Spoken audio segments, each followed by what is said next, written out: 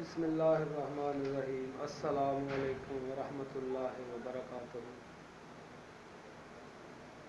प्यारे नाज़रीन, किवें ठीक हो? सेहत तबीयत ठीक ने? उम्मीद करने तुसीं ठीक होवोगे। असी भी ठीक हाँ। अल्लाह पाक दा फजल है, एहसान है, शुक्र दी ज़ात करीम दा। जिस तरह रोज़ साडी मुलाकात हुंदी है, उस सिलसिले में तुहाडी खिदमत में हाज़र हाँ। इंसानियत की भलाई और इंसानियत की खिदमत वास्ते साडा ये टाइम वकफ है तुहाडे वास्ते।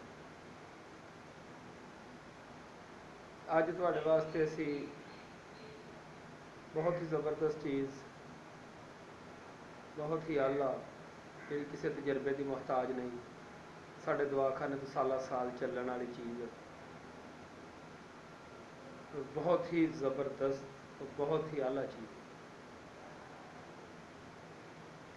ये नुस्खा कम अज़ कम 40 तो 50 साल तो साडे दवाखाने के इस्तेमाल हो रहा। वालदे मोहतरम भी ये फ़ायदा लेंदे रहे, लोगों ने फ़ायदा लिया, असी भी बना रहे हैं, इस्तेमाल कर रहे हैं, फ़ायदा लै रहे हैं। तुसी भी इन्हू बनाओ और फ़ायदा लवो और दुआवां च याद रखो। बहुत ही आला चीज़ है, लेकिन ये इस्तेमाल करने तो पहले कुछ चंद चीज़ां नोट कर लो कि दवाई नालों परहेज़ बेहतर है। परहेज़ ये बहुत ज़रूरी है। परहेज़ तुसी करना वाईबादी चीज़ों का, आलू, बैंगन, आलू वगैरह, चावल, बैंगन नहीं, बैंगन तो गर्म होंगे ने। आलू, चावल, वाईबादी वाली जड़ियाँ भी चीज़ां ने, गोभी वगैरह हो गई, इन्हां चीज़ों का परहेज़ करना। पराठा नहीं खाना, तलियां चीज़ां बिल्कुल ही नहीं खानी, जलेबी वगैरह। ये नुस्खा है गैंठिए वास्ते, वज्जल मुफासल यानी कि मोटे जोड़ों च दर्द जोड़ा अक्सर हो जाता, बीबियां भी हो जाता, बंदियां भी हो जाता। इनू गैंठिया और वज्जल मुफासल भी आते हैं। तो बहुत ज़बरदस्त चीज़ है। गैंठिए का नुस्खा तुहाडी खिदमत में हाज़र है। नुस्खा नोट करो, बनाओ, बना के इस्तेमाल करो, दुआवां च याद रखो। पहले नंबर पर तुसां लैनियां सरिंजां शीरी 2 तोला। सरिंजां शीरी 2 तोला लैके साफ करके कुट लेना अच्छी तरीके नाल। दूसरे नंबर पर तुसीं लैना मुसब्बर जर्द, इनू भी कुट लेना, सफूफ कर लेना, ये लेना 2 तोला।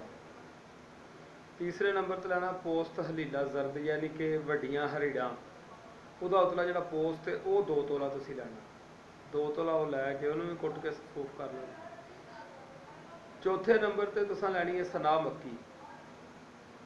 सना मक्की लैनी है 2 तोला, इनू भी अच्छे तरीके नाल तीले वगैरह दे साफ करके इनू भी कुट के सफूफ बना लेना।